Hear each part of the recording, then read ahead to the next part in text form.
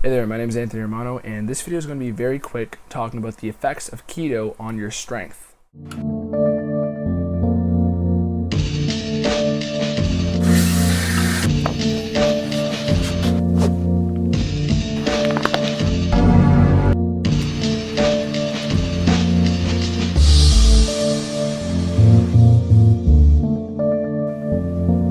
So if you do keto and you do bodybuilding or fitness, gym-related training activities, you may be concerned about your strength on keto. A lot of people say that your strength will go down, and this is only true in the first weeks of getting your body to adapt to ketosis. Once you're adapted, your strength will actually go up, and that's why I simply titled this video, Your Strength Will Go Up on Keto, because hopefully that was eye-catching enough to draw you in to click this to understand the explanation. But here's the gist of why that's true. So some people also want me to cite sources. A lot of the sources can be from The Ketogenic Diet by Lyle McDonald, also from various studies. I mean, I could pull up the studies, but in general, I've read way too many to even have them on lock, okay? This is just all stuff that's just internalized in my head and pulled from many books, many studies. So here's the gist. When you were fat adapted on keto, this is where the strength benefits come in. So you're not going to get any strength benefit until you're adapted. So that is a key distinction here, because I'm not trying to sell keto as something that it's not. Keto is going to be hard on your strength when you're getting adapted. But if you think about it, getting adapted to anything is always going to be hard on your body's ability to function, okay? So quitting sugar and having those withdrawal symptoms from sugar is never going to be beneficial from a strength perspective. But once you're adapted on keto, here's where the strength benefit comes. It comes because your body is not only better at using fat, right? Because we know keto puts you in fat metabolism. Your body's better able to burn fat. But not a lot of people know you're actually way better able to burn carbs. And this is a fact as well. Because any study that's been done with fat-adapted individuals, of the ones I've seen, every single one of them has shown that the people who have done have a fat-adapted metabolism and done activities have always ended up with not only higher amounts of fat burned, but they have more glycogen spared, which means basically more efficient use of glycogen being carb energy, and basically your body's able to better use not only fats but also carbs on a fat-adapted keto metabolism. Think of it this way. Fats are a very slow burning energy source. Carbs are a very fast burning energy source. And although you can do most activities with both sources of energy, they each have their strength. And for keto, fat as energy can get you through 90% of your daily tasks, right? Maybe some of your reps in the gym will require a little bit of glycogen, right? Maybe things closer to the 1 rep maxes, even though 1 rep maxes will still be handled partially by fat. If you're doing a lot of weight training, for example, most of the time, fat is going to keep you fueled for that activity. But some of your reps are going to use some stored muscle glycogen.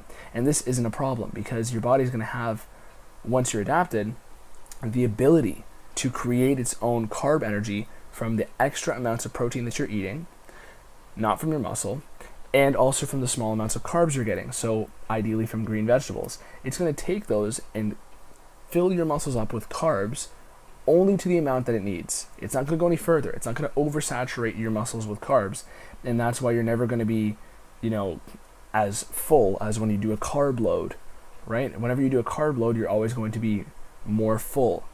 But once you're fat adapted, you're no longer going to be flat, okay? So some people will say, oh, I did keto, I got really flat, right? Typically, those people didn't do it long enough to get adapted, because adaptation typically takes around 1 month. For some people, it takes 2 months, and that's when you're going to see all the strength benefits. So if people are seeing themselves looking too flat, it's because their body hasn't adequately been able to use electrolytes and basically retain water as effectively as somebody who's adapted. So in the beginning, that's also a reason why your strength will drop, but then it will spike after, because, well, not spike, but it'll increase, okay? So the reason it'll drop at first is because you're not also retaining water as effectively. Carbohydrates retain water, and when you cut them out, your only way of having water retention is through electrolytes. So you need to make sure you're getting adequate amounts.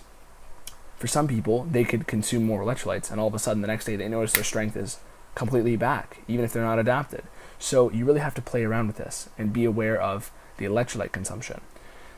Now, when it comes to the fat-adapted individuals gaining strength, I know for every single person I've trained, and for myself, over 7 years of bodybuilding, longer than that, but 7 years of bodybuilding with keto, what's going to happen is, when you're in that state where your body is able to better use fats and carbs, what it's going to look like is you're still going to be able to hit the same strengths. You're still going to be able to burn out just as long because you have small amounts of carbs that your body is able to use. And for most people on a carb metabolism, even if you have a big bowl of oatmeal right before that workout, you're going to tap out most of your glycogen stores within an hour. 30 to 40 minutes, your glycogen is tapped out. You have no other energy source besides pulling from liver glycogen or other stored glycogen in your body to use. Your body's not as effective at burning fat. So glycogen is always made to be a quick energy source that's used for the most intense activities. So if you're out there pulling 1 rep maxes on every single exercise, then yeah, hey, maybe you're going to need a little bit more carbs in your day. But it would take a lot, because I've even done days where I've hit 1, 2, 3 rep maxes and still been fine. Because like I said, you have that carb energy, and then even for somebody who's eating carbs all the time, they're going to tap out of that store within 30 to 40 minutes. The same thing's going to happen to you on keto, except then you're going to have this systemic use of ketones and fats within your blood. If you're fat adapted, it's going to be fats in your bloodstream that you're basically able to pull from. So the ketones are going to be for your brain at that point when you're fat adapted. So when it comes to weight training and why your strength will go up, it is because you have access to both glycogen and fats.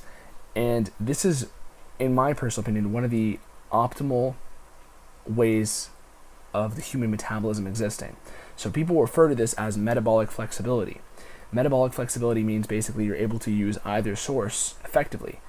And if you were to eat carbs after being adapted, you could even do mini carb loads, not loads, but carb intakes. It's called a targeted ketogenic diet, where you basically consume small amounts of carbs, but that's just enough to fill up your stores and use up for exercise.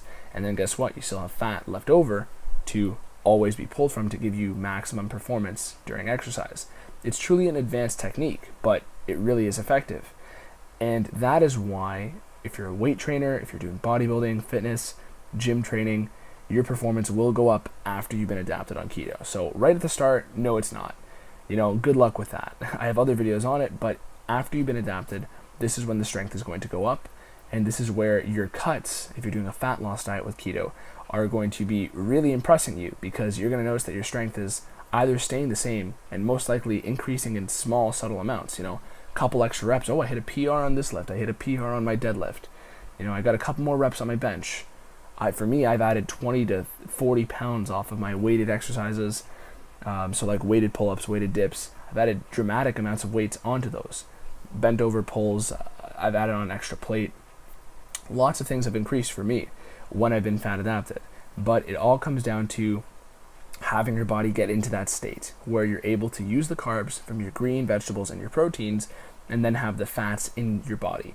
You can also do things like supplement with exogenous ketones or MCT oil to basically increase your ketones, so that even after you've tapped out your amounts of glycogen, which you're going to be using more efficiently anyways, then you have a better supply of fat, which is a slower burning energy source, but still adequate to handle most of the gym activities.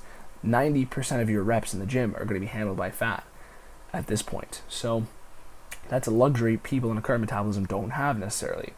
And a lot of times when people are doing fat loss diets with carbs in place, over time it feels very grueling, and they feel very fatigued and very angry and very hungry, and you really don't have this. So that's, for me, also why I do ketogenic dieting when I'm doing my bodybuilding training, bodybuilding cuts. So hopefully this answered your questions. If you have any more, leave them in the comments. I'll answer you. And you can also take advantage of my free meal plan, free training plan in the description, and enter my challenge, basically transformation challenge, where you can possibly win free ketones from my favorite brand, and also a bunch of other stuff, personalized plan from me. Yeah, that's the gist of this video. Hopefully it gave you some valuable insights. Besides that, if it did, click the notification bell and subscribe button. My name's Anthony Romano. Peace.